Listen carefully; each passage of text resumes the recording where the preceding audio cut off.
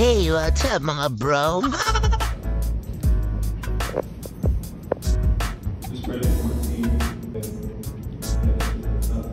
Jamie Malonzo lumabas na matapos nga ang insidente ng pambubugbog sa kanya kamakailan. Nakakuha pa nga ang career high 32 points, 8 rebounds at 4 na block eye. Kasi 4 na block kontra yan sa Rain or Shine Elasto Painters. Ipinagtanggol naman ni Coach Tim Cone si Malonzo sa media matapos nga matanong ito sa press conference matapos talunin ng Hinebra ang Rain or Shine. At Carl Tamayo, inistab nga ba ang PBA draft ngayong taon? Ayaw nga ba maglaro sa PBA? Tungayan ang lahat ng yan sa ating video ngayong araw.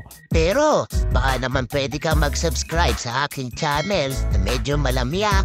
Pero sa umpisa lang yan at babawi sa dulo. Matapos nga ang viral video na gumulat sa social media na kinasangkutan ni Hinebra star player na si Jamie Malonzo ay nagbalik na ito kahapon sa PBA. Makikita nga na bakas pa rin ang mga suntok na natamo sa kanyang muka matapos nga siya mapuruhan ng isang lalaki sa isang fast food restaurant kamakailan. Ito nga ang kauna-unahang paglabas ni Malonzo matapos ang insidente ng pambubugbog na nangyari sa isang restaurant sa BGC. Di naman binigo ni Jamie ang Hinebra fans matapos ito magtala ng career high 32 points, 8 rebounds at 4 na block eye. Kasi 4 na block para talunin ng Elasto Painters 113-107.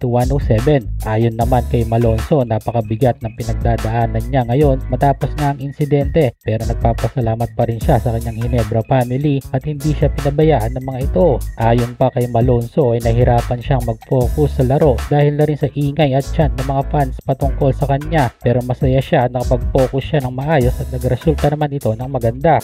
Ipinagtanggol naman ni Coach Tim Cone si Jamie Malonzo matapos nga matanong ng media patungkol sa issue na kinasangkutan nito.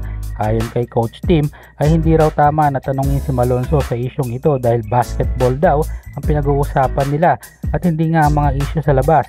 Ayon pa kay Coach Tim ay hindi raw yon ang tamang lugar para pag-usapan ang issue at kung di raw tungkol sa basketball ng mga tanong ay babalik na lang daw sila sa locker room. Right now, I don't think this is the platform to ask these bad questions about what's happened. This is the basketball. We should be talking about the game. I don't want to hear talk about that. I want to go back to the locker room. Samantala, Gilas stand out Carl Tamayo ayaw nga ba maglaro sa PBA?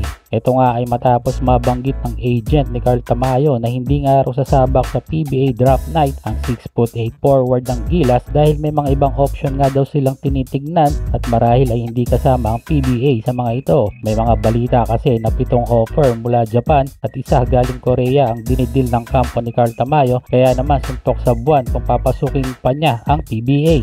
Malaki nga ang interes ng VP Global Management para makuha si Tamayo dahil na rin sa ipinakita nitong laro sa katatapos lang na first window ng FIBA Asia Cup. Ayon pa sa agent ni Carl na mas priority umano ni Carl Tamayo ang Gilas kesa sa ibang basketball team sa ngayon. May mga debate din na kung pumasok si Carl Tamayo sa draft ngayong taon ay mauungusan pa nga nito ang possible number 1 draft pick na kapampangan ng MPBL star na si Justin Baltazar. Ayon nga sa mga debate online ay mas naipakita pa ni Carl Tamayo ang kanyang full potential sa first window ng FIBA Asia Cup, samantalang ang laro umano ni Justin Baltazar ay pang MPBL lang. Tingin mo, Carl Tamayo over Justin Baltazar? Saan ka?